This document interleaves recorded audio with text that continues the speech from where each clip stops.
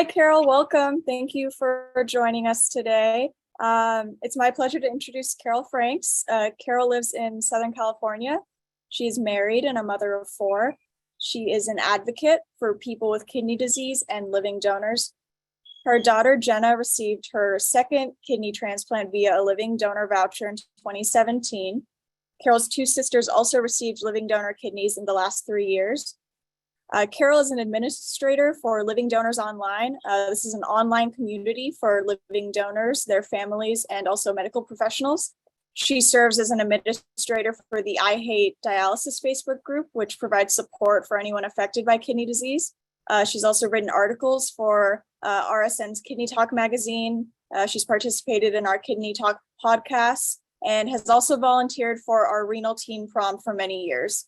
Once again, thank you for being here, Carol, and I will turn things over to you whenever you're ready.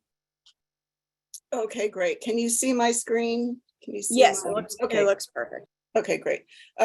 Thank you, Lori, for having me join you guys. I hate speaking, but I love doing anything for Lori because, she's done so much for us with all the kidney information and the prom and just the support ever since my daughter was diagnosed at 14 years old. So it's been a long trip and I really appreciate it. So I wanted to talk a little bit about preemptive kidney transplant. Let's see. So this is my goofy family. When I was 7 years old, our father died of a cerebral hemorrhage and he was 28 years old, very young. And at the time, all we knew about his disease was that he was young and it was unexpected. And every time I'd go to the doctor, they'd say, wait, how come he had a cerebral hemorrhage? And we'd say, I don't know. We never knew the information until later on I was looking for his autopsy report. I asked his doctor for it and found out he had polycystic kidney disease, PKD. And we were young, my two sisters and my brother, we were raised by my mom alone, and she didn't really seem to know much about any of this. They were just young, he didn't have symptoms. And it turns out when he tried to join the Army, when he was 18 years old, it had come back that he had kidney disease. His mother told us that later. But even then, I don't think he really understood the magnitude of what he was facing. And unfortunately, aneurysms do happen sometimes with people with polycystic kidney disease. So it's always good to get scanned, even if you don't have a family history of it, because it's been shown that they seem to go hand in hand. It's probably the pressure of long-term high blood pressure, but there's also some connection with PKD and aneurysm. So definitely get scanned. Anyway, my siblings all got PKD and I did not. Unfortunately, at age 14, my daughter Jenna was diagnosed with CKD, totally unrelated to polycystic kidney disease. So kidney function, dialysis, and transplant and education has been part of my life for a long time. And today I'm sharing my sister Lori's story. So the majority of patients referred for kidney transplant evaluations are already on dialysis because their kidneys have failed. They've, in many cases, had no pre-warning. They were blindsided. I hear that all the time. People say it came out of nowhere. Some people do find out early if they're having regular tests. Like when you're older, you have like an annual checkup, but young people don't often know that they have kidney failure until it's really to the point of no return. And they're like 25% or less and need to start dialysis. So most people will do better on with a kidney transplant on dialysis. And that's because, both treatments have advantages and disadvantages, but studies show that patients who have a successful kidney transplant live longer than patients treated with dialysis. And also many patients who have a transplant report having a better quality of life compared to being on dialysis. So instead of waiting until a patient's kidney function declines to the point where dialysis is required, why not get transplanted before beginning dialysis? So this is my sister Lori, and she's my younger sister. And since PKD is a genetic condition, no other family members have been able to donate. There's some genetic testing that you can do, but it turns out that our family is filled with polycystic kidney disease. So she wanted to avoid dialysis if possible when the time came when she needed a kidney. So let's see, next slide. So why did she want to avoid dialysis? Well, she had seen my daughter and my other sister go through years of dialysis. And if it weren't for dialysis, I would have lost my daughter in 2004 and my older sister in 2015. So I'm very grateful for it. But while it's a life-saving procedure, and it's great to have it if you need it, it can come with complications and side effects. So the average life expectancy on dialysis is 5 to 10 years. However, many patients have lived well on dialysis for 20 or even 30 years. Some problems associated with dialysis are low blood pressure, high blood pressure, muscle cramps, itching, sleep problems, anemia, fluid overload, nerve damage, infection. And over the long term,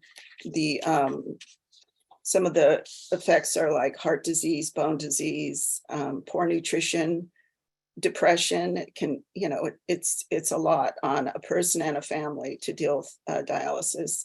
And then there's potentially dangerous complications, PD infection, hemodialysis infection, or narrowing of ballooning of the fistula, or a blockage, or running out of access points. And I'd say the biggest risk with dialysis is not qualifying for transplant due to underlying health issues that have developed over the time on dialysis. So I didn't know this early on, but you can be referred by your nephrologist dialysis center, but you can also self-refer. And back in, I think it was 2003, when I was contacting transplant teams, they would say, no, we need a referral. And I said, but my daughter's already on dialysis. No, we need a referral. And I thought, that's crazy. But even now, if you're not on dialysis, you can self-refer and contact a transplant center. Just call and ask. You can find one near you, or choose a center from your insurance company's list of preferred providers. And then just be your own advocate and learn as much as you can, and involve your family in your appointments. A support person is really helpful to take notes, or just help listen. Sometimes 4 ears are better than 2. And then no matter what kind of transplant you're hoping for, everyone must complete the evaluation to go onto the National Organ Transplant waiting list. And this is because everybody has to go through at least one qualifier, and that's meeting all the criteria for your center, which then would get you listed. And so this is just a rule. People say, well, I have a living donor, why do I have to go through all that? It's the same for everyone. So just knowing that will kind of, I don't know, I was really frustrated at the beginning to find that out. So what's required to get approved for the waiting list for transplant? In general, there's physical tests, scans, labs, vaccinations needed, a psychological screening, financial requirements, and patient education. You can actually ask for a list of what's required. Not all centers will do that. They don't all have the same criteria. But if you get very involved with your coordinator, and they'll lead you through the process. Your team will consider a variety of factors, including the level of kidney function, your overall health, any chronic medical conditions that might affect the success of a transplant, the availability of a donor kidney, and the ability to follow medical instructions and take anti-rejection medications for the rest of your life. So that's where it comes in, where you hear, well, they're going to mark you as non-compliant if you don't show up for your dialysis, if you don't take medications, if you don't follow instructions. It's going to be tougher for you to get listed. So try to do everything you can to kind of play the game that's required. Okay. So as Lori's kidney function declined, and it was at 20, she began the evaluation to be waitlisted for a kidney. The testing and process took many months. And I think she, you know, was afraid to go forward with this because she wasn't on dialysis, but she also was feeling tired. She was tired. She was beginning to feel some of the effects of having very low kidney function. And so it was a great time and, you know, to get started with the process. So getting a transplant before you need to start dialysis is called preemptive transplant. Generally, you don't need, you won't be a candidate until your kidney disease has progressed to stage 3. Some hospitals won't talk to you even during stage 3. And it just, like I said, it's different with every center. Discuss with your nephrologist about ways to slow kidney decline with diet or medications. And as the GFR declines, planning to get evaluated is key. The process can take 2 to 6 months, sometimes much longer. Not all centers are the same, so do your research to be sure you can move forward with good support from the transplant team. Communication is everything. We were told at one of the hospitals my daughter was at, oh, we don't do that. It's like, okay, we changed hospitals. I mean, we just had to go make a change. Okay, so sorry, I'm working off of papers here. So what are the benefits to getting a preemptive kidney transplant? If you start before starting dialysis, you have, and your health is generally good, you can stay healthier and live longer. So there's a lower risk of rejection of a donor kidney. There's improved survival rates, as I said, improved quality of life. There's also lower treatment costs because dialysis is very expensive over the lifetime of a patient. You can avoid dietary and fluid restrictions, and the transplant longevity is improved also for children, especially receiving preemptive transplants compared with children receiving transplants after starting dialysis. Okay, so during the process, Lori's partner, Paul, decided to see if he could get tested as a donor for Lori. He said he would do the preemptive transplant if possible, or he was willing to go into paired exchange if he was not a match for her. So this was all during COVID. They were doing the testing, they're back and forth to the hospital, masking. There were speed bumps along the way when my sister had, during her evaluation, she found out she did have an aneurysm, similar to what my dad had had. It hadn't burst, it was great, but they had to do surgery in order for her to qualify for the list. So that was a challenge. You know, brain surgery is not something you want to look forward to, but she came through it fine. She still has a little speech and language issues that she's working on. And, you know, nothing is ever straightforward in this family. It seems like, you know, there's always some kind of complication, but we've been very lucky that she was still able to pass the evaluation with flying colors.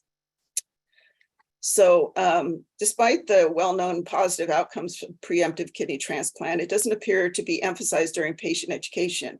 Your transplant coordinator is your advocate, so ask questions during the process. If your coordinator does not seem knowledgeable or helpful, it's okay to ask for a different coordinator, and we had to do this once as well. Only about 20% of kidney transplants are preemptive, and it's actually considered to be the preferred treatment, but of course, with a shortage of kidneys and donors, not everyone will be able to get a preemptive transplant. It can come from a living or deceased donor. An evaluated and approved patient can be placed on the national waiting list and accrue time when their estimated GFR is equal to or less than 20. And that's important because some people could stay at that level for a few years and they're continuing to accrue time. So it's important to know your GFR and know when you're at that point. Also, be proactive to find a living donor. This can definitely speed up the process. Centers vary in how they evaluate living donors. The donor contacts the center and can ask for a list of what is required for them to qualify. The best donor is a proactive donor. Staying in contact with the coordinator and following up as they move through the evaluation is really important. Also, early diagnosis of CKD is vital. Transplant centers, in my opinion, should strive to have patients evaluated and approved early, so they, as soon as their GFR is 20, they can be activated on the waiting list. So this, like I said, younger people don't often know that their kidneys are failing. They don't. My daughter had very few symptoms, and it was a shock to find out that her kidneys were at 25% back in 2001 when she was diagnosed. Okay, so here's Paul. He underwent living donor scans and tests at no cost to him. He had a great team and a proactive coordinator, and he found out he was a great match for Lori. That was the biggest thrill when he whispered to me, "I'm a match." I almost fell out of my chair. So it makes me feel emotional right now just to think about it.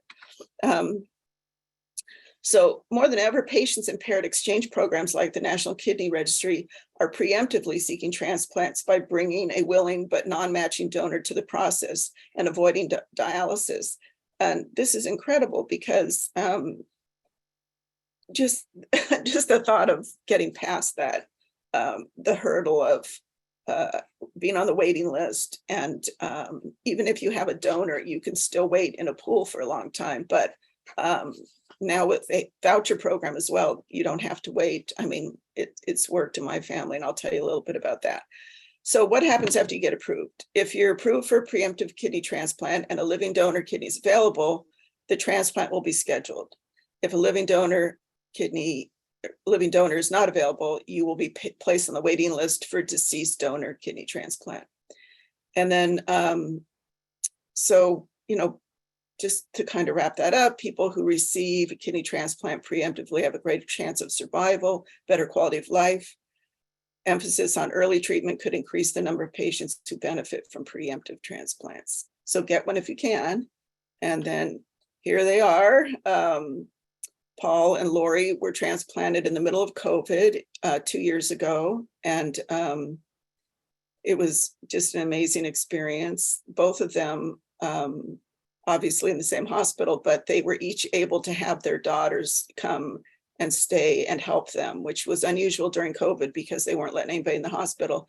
But they both had someone with them. And then when they went home, both daughters were there as well. So it's really incredible. So also my daughter and my other sister, who were both on peritoneal dialysis for years, also both received transplants through the National Kidney Registry paired donation voucher program. So they brought a non-matching donor. They were matched in the pool, and the kidney from their non-matching donor went to someone else, and they received a kidney in return. And we're just so grateful for living donors and people like Paul. I always say, be like Paul, because he is an incredible role model. And there's so many wonderful people who've donated. The person who donated on behalf of my sister, we actually met through Facebook. She's an incredible person, and she just wanted to help somebody. She was looking for somebody to save after losing her own sister in a car accident. So people have different reasons for donating, but they're really an incredible species, I guess. They're a rare breed. The person who donated on behalf of my daughter was a friend of a friend on Facebook, and he's stuck with us for 5 years, and then finally donated the voucher program. And they did an unusual match for my daughter. She had 100% antibodies, just like Lori, and there was no matches in 5 years in paired donation. But they decided to try something unique, and they unticked one avoid, which is kind of complicated, but there's a lot of antibodies, and hers would say avoid all these. Well, avoid all these meant no match for her. So they unticked one that was an A antibody, that was one that they can mitigate with desensitization. So they did that and immediately found a match for her, someone who had was like her, CMV negative, BK virus negative, had only that one antibody in common with her. So she did undergo treatments, desensitization, which is a whole nother story, but she was able to get transplanted, and she's 5 years later, she's doing great. So anyway, that's my story.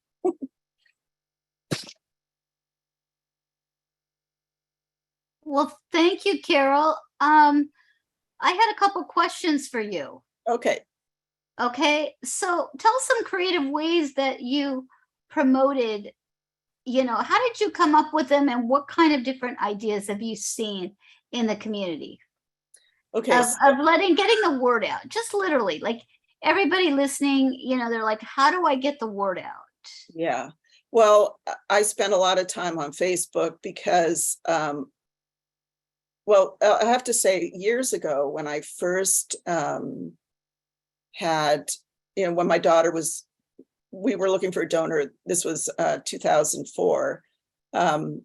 There was no real place to post or look for anybody, but I belong to a group called Living Donors Online, which is a great resource for anybody looking for information about living donation, livingdonorsonline.org. They had a message board, excuse me, and you could post on there that you needed a kidney. So I was on there a lot because I thought I could donate to my daughter. It turned out I have a heart valve issue that excluded me as a potential donor, but I still wanted to learn more. And there was one person who popped on there and said, I was just tested for this guy that I read about in the newspaper. And turns out I was a match. And I was tested. We were 4 days before surgery, and it came back with a positive cross match.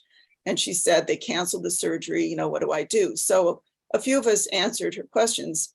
And I had said as well that, it turned out he had a heart procedure, and they gave him a blood transfusion, and that changed his blood dynamics so that now she was no longer a match. Anyway, she followed my little signature line and went to our Caring Bridge, which I don't know, I think people still use Caring Bridge, and read her story. And she ended up donating my daughter's first kidney back in 2007.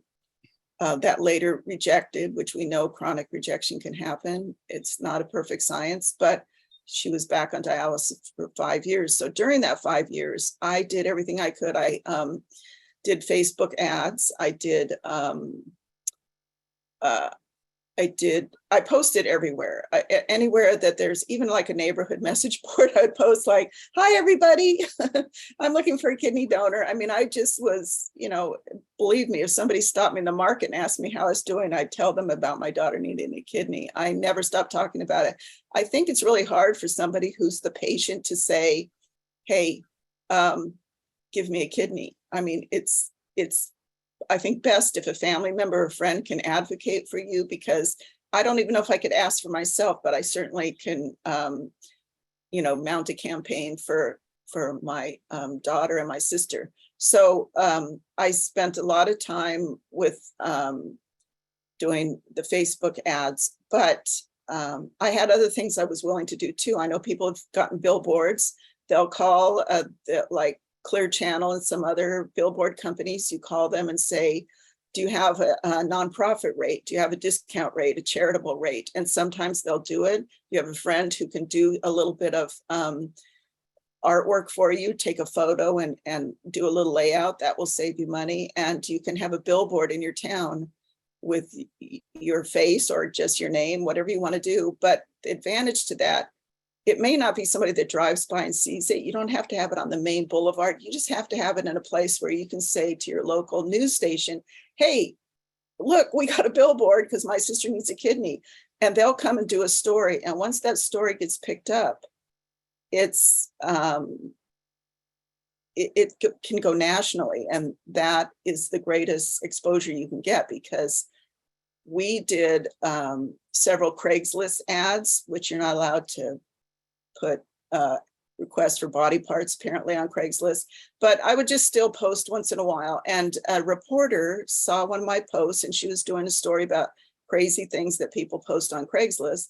And she came over and did a story about us. And she interviewed me, she interviewed Jenna. The next morning, my phone was ringing, the house phone was ringing, my cell phone was ringing. And apparently it got picked up by the media. And so we had a news van here every 2 hours. We did 4 interviews that day. And we had 2,000 emails from people who were interested in learning more about donation. 3 of them actually tested for my daughter and were not matches, but they went on to donate to other people at UCLA, and I'm still in contact with them. So the fact that people who, they just don't know that you don't have to be a family member, you can be a total stranger and donate to someone. It's every time these news stories come out, it gets a lot of attention for that reason. People just don't know.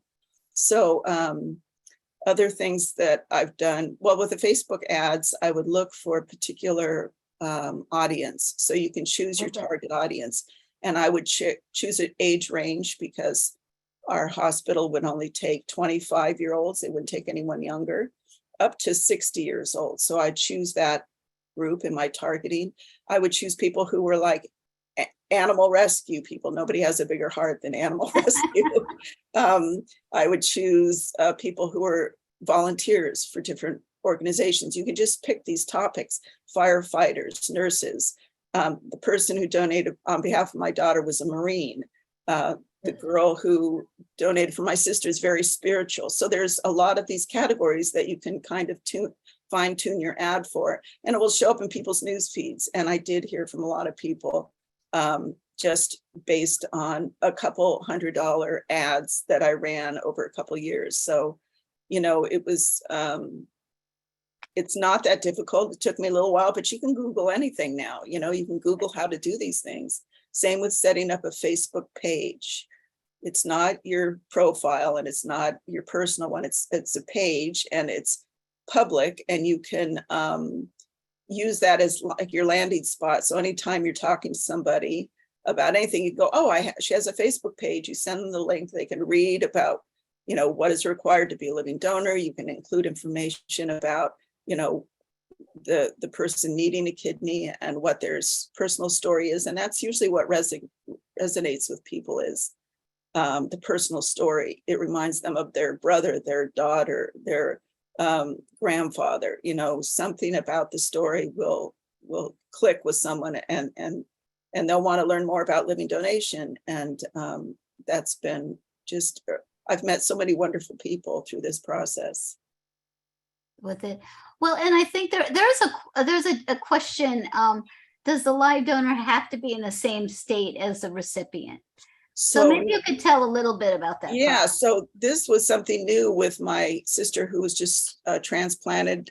Was the end of June. So I met a woman online who was interested in learning more about donation, and she contacted our hospital here in Los Angeles, and they said she could come out and get tested.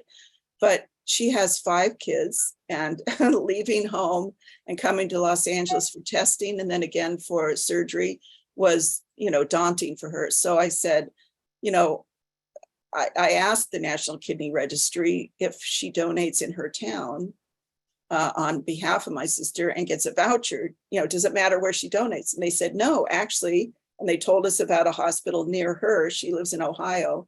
She went to the hospital in Pennsylvania. She was worked up there. She had her surgery there. So she was only an hour and a half from her house. The kidney went to someone, was flown out of her state to someone else. And the next day, my sister's voucher became active in the National Kidney Registry. And she got a match that day. They call, my sister said, I am not quite ready for this because it happened so quickly. But it saved, the National Kidney Registry. What I love about them, they said, why not fly the kidneys around instead of flying the donors around? I mean, it makes so much more sense for people to donate close to home. She benefited from this transplant, this wonderful gift, and we still have yet to meet, but we will. I'm looking forward to the day when we can all get together. And well, and there's been some incredible technology about transporting organs. So I think that's been exciting, because in the future, they're saying, why instead of the people going to the kidneys going to the people. And so, there's so much innovation going on. It's really exciting. Uh, I guess I have the last question for you personally. What have you done through this process to take care of yourself? Because you're always advocating for other people, which is admirable. You helped me so much when I needed my 4th transplant, just knowing where to go, because it's hard to ask for help for yourself. And I love the fact that you said, it's easier to ask for, it's always easier to say, oh, so-and-so, instead of, I need help. That's such a hard thing to do for so many. And so how did you, because it had to be frustrating. I mean, a lot of hopes were dashed, or, somebody came through and then they fell through, or yeah, there's a lot of that, but I kind of got a tough skin about that because we had been through it so many times I've talked to probably 350 people who were willing to be donors, or actually communicated directly with them. And some of them, their BMI was too high. They had maybe diabetes in their family history. There were some things that kept them from moving forward. And they were such, sincere, wonderful people. And plus, like, it's a setback each time. You think, oh, maybe this person will work out. But as far as taking care of myself, selfishly, seeing people that I love get off dialysis is it's great for me. Just even watching you, Lori, through dialysis, I knew you weren't feeling great. I knew you couldn't what could you do? You were just coping, getting through your treatments and staying even. But as far as, pushing you a little bit, yeah, I think it helps to have somebody say, hey, have you tried this? Have you tried that? Just like, Sam was saying earlier about the nurse who sat down and said, it's time to get a transplant. I think sometimes you just need someone to push you. So for me, selfishly, that's how I took care of myself, is advocating for others. But yeah, was I doing everything that I love to do? I would squeeze it in, it wasn't my whole life, but it's nice now not to have to get on Facebook every day, get on the emails and start answering questions and people. I do still have people contact me because I've left our pages open, Kidney for Jenna and Kidney for Bonnie, because it still educates people. And I've actually, one guy had contacted us for Jenna, and I ended up putting him in contact with a young woman about Jenna's age who needed a transplant in Las Vegas, and he ended up donating to her. And I just heard from him yesterday. He's a Dodgers fan like us. And, I'm telling you, these are lifelong relationships that you build with these people. Really incredible. It's so amazing because as I started an animal rescue about 2 years ago, just because I wanted to give back to animals. And so that's my husband and my idea of a good time is rescuing a dog and getting takeout. Going to the shelter and coming back with I know. It's like, because I feel like my life was saved many times, and animals were such a big part of my survival. Yeah. But there is a question, what help and support exists for the donor? And there is some legislation right now that we're trying to get passed for insurance, life insurance, stuff like that. But maybe you could just kind of tell us what you know in regards to support. I hope, I think later on there's a presentation by the National Kidney Registry, and I hope they'll touch on this a little bit, but that's the best place for a donor to be connected. Not all hospitals, but just about all of them now use the National Kidney Registry. And what it is, what it started out was, Garrett Hill, who was the founder, he was not a match for his daughter. His brothers weren't a match for his daughter. And he was thinking, we have all these willing donors and none of us can donate to her. There must be other people out there just like us. Why not, find a way to connect? And that was, like 20 years ago. He put together a program, and it's just improved so much every year. Now they have this donor shield that helps with life insurance and protections for the family. Should anything happen to the donor, there's just so much that they're doing as far as reimbursement for lost wages, travel and lodging costs. So they're really looking at these issues all the time and trying to improve the experience for living donors. And in our case, I was able to do a GoFundMe and raise funds to help, because even though Medicare and our private insurance paid most of my daughter's transplant, there were still costs. There, even parking at the hospital was $12 a day. And I was there in the hospital with her for 10 days, plus she had desensitization, she had 30 treatments. So our insurance doesn't cover the parking, and that was about $1,200 over 2 years. I mean, that's just one of the costs that we had. So we did the GoFundMe, and people were very generous and shared it with their friends, and we were able to cover the cost of the donor's lost wages. He had used his vacation pay and any accrued time that he had to cover his, I think he was off work for 5 weeks, and they reimbursed him for that. So, there are ways to, well, Laura, you and I talked about this in the podcast we did about, finding a living donor. There are ways to make this happen.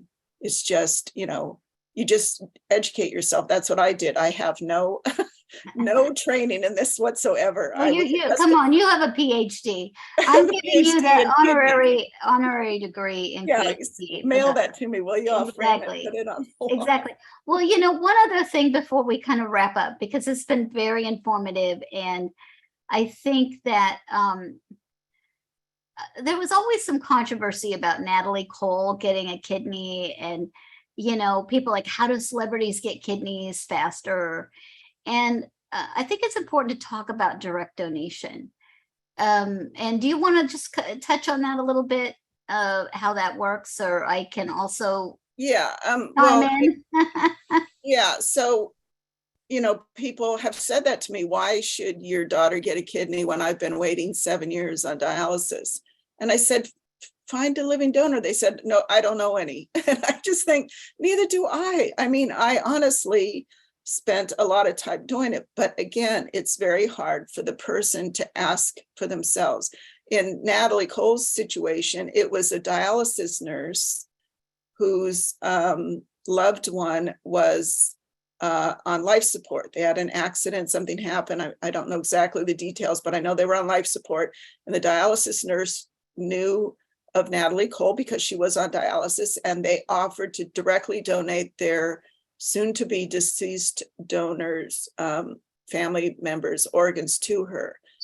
It's funny because she had thousands of people contact her as a living donor. They wanted to donate to her, and she wouldn't accept that. She thought it was only fair for her to stay on the wait list for deceased donor kidney, but here came one that was directed to her. And so it turned out to be a match. She was able to get the surgery. Did I think that wasn't fair? No, I think it's the luck of the draw. I mean, some people get called 2 days after they're on the list because they're a perfect tissue match for the next deceased person. Others will wait years and years. It's not a perfect science. And I think it has a lot to do with luck and science, and less to do with, who you are. But definitely celebrities get a lot more attention. They bring attention to the issue as well, which is good for everyone, because then the conversation and the awareness is happening. But I met her at Natalie Cole at an event, and I told her, my daughter always gets this question like, what are you going to do now that you have your kidney? And she always feels like she has to have this incredible, I'm going to climb a mountain or jump out of an airplane or something. And Natalie Cole said to me, isn't it enough just to want to live our lives like everyone else? Right. It's so true. It's a transplant is just another form of treatment. And that's what people need to understand. It is not a cure. Yeah. And in my opinion, it's a better form of treatment than dialysis. Somebody who was on it for 13 years, I'm very grateful for dialysis. As I wouldn't, we're the only organ that, you know, has a bridge to get it. I mean, it's interesting because other organs, you know, you have to be really sick to get one, a heart or a liver. But with kidneys, it's the opposite. You have to be healthy and in good shape, and because Right. there's dialysis, which is a life support. We did have a comment here. What prevents me from, you know, transplant? It's 400 miles away, no funds to stay there. And, you know, Timothy, I do hear you. It's very hard, but you may want to go to the National Kidney Registry. They do have microsites. And what that means is if you qualify for a transplant, they can help create a microsite for you. And then you can do some fundraising, and hopefully, you know, it will help, you know, you get the resources you need to get transplanted. Also, you know, some of the care plans are changing, and, you know, it's actually less expensive to get transplanted than it is to stay on dialysis. So there's going to be some new ways to make that happen, I think, in the future. Like, for instance, Kaiser actually helped pay for an expensive treatment, the desensitization, and paid for the patient to stay at a hotel to get this treatment that no other center offered at the time. And that was picked up by their insurance. So, you know, advocate, talk to people. I mean, You know, the thing is too, what I would say to that is, everybody knows somebody somewhere else. I mean, I have cousins some in Idaho. I have, you know, long-term friends in New York. If there's a place that I could multiple list that I could get to in a reasonable amount of time, I would do the same thing you're talking about, do some fundraising, try to get enough funds to do the trip for evaluation and do the trip for, you know, if you have a place to stay where there's a friend or family member nearby, you know, you can go to that city. If you sit out in the, you know, in the countryside where you're not near a hospital and you're on dialysis, it's going to be harder, but you have to do what it takes to make that happen if you want a transplant, because they're not going to come to your door with a kidney. It just, that's the sad reality, is you have to look. They don't even provide assistance for you to find a living donor when you're a kidney patient. There's no help. They put you on the waiting list for deceased donor. That's it. It's up to the patient to try to get a living donor. And I'm telling you, these people have donated to my family. They're nobody that we ever knew before. And there are some really kind and generous people that will help. There's churches that will help you with funding. It's like I said, though, get your brother, your sister, your mom, or somebody to help you mount a campaign, because it's hard to do for yourself. Well, and it's interesting. I mean, one of the, I belong to a women's group locally, and one of the members needed help for some healthcare. They all pulled together and helped her. And, you know, people want to help people, you know, they want to know that it's making a difference. You just got to let your story be told and be out there. And I mean, I am a big believer in being optimistic when you're presenting your story, and, you know, not all doom and gloom, because, you know, people want to help people that feel like they're going to succeed. And you know, and be happy about life. You never know where it will bring you, where it will, you know, what will end up coming up, or you may make some great friends. So I encourage everybody to get involved in their community in some way. You just don't know who you will meet. I mean, I have met the most incredible people in animal rescue. I have to tell you, from Superior Court judges to one of my dogs right now that we're fostering is, I was interviewing her, and I mean, I have to say, I couldn't take my eyes off of her. She was so beautiful. I mean, just like I'm like, she must be in the movies. Well, of course she's in the movies. She's been in like many of them. And, you know, it was just so wonderful, because there's so many incredible people out there that are trying to make a difference. We just got to tap into them. And you know, our little world gets small when we have an illness, because we may not work, we may not, you know, some of our family members, but family members may reject what's going on, or whatever. There's all kinds of family dynamics. And I'm just a big believer is you got to find your tribe. And we're, of course, a tribe for everybody. But also, I started taking an online painting class. I've created all these friends that are painters. And they see my posts and they're like, oh, I have a friend who has kidney disease.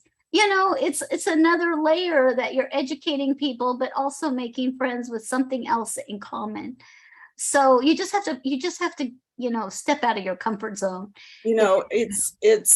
I'm on Twitter, Instagram, Facebook. I've met so many people. I just search for need a kidney and I find all these people because I'll share their stories as well. I mean, I want them to succeed too. And one of my friends just put, damn, my mother needs a kidney.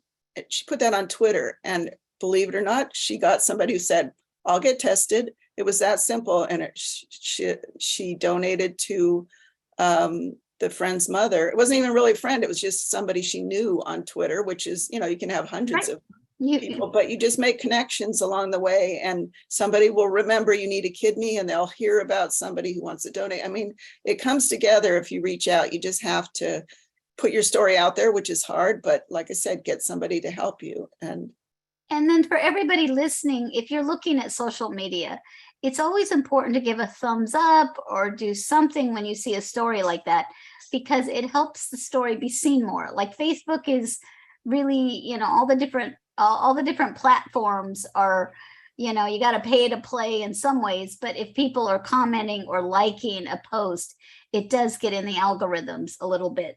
Yeah, that's the social part of social media. You have to interact, you have to comment, you have to be, present, because otherwise, like you say, it'll just drift down to the bottom. It won't be seen. You have to really, I'm out there everywhere. But I'm happy to do it. I still help people. They'll contact me. I'll help them set up a page. I mean, if someone needs help, I just like Lori rescuing animals, I'm rescuing kidney patients. People who have kidney disease need your rescuing, Karol. Yeah, they're just a different animal. Well, we're coming up on noon, and I think it's wonderful, Karol, your presentation. I think what we're going to do, and you always have to be flexible with these things, is that I think we're going to take a 10-minute break. And a shout out to our corporate mission partners for making this happen.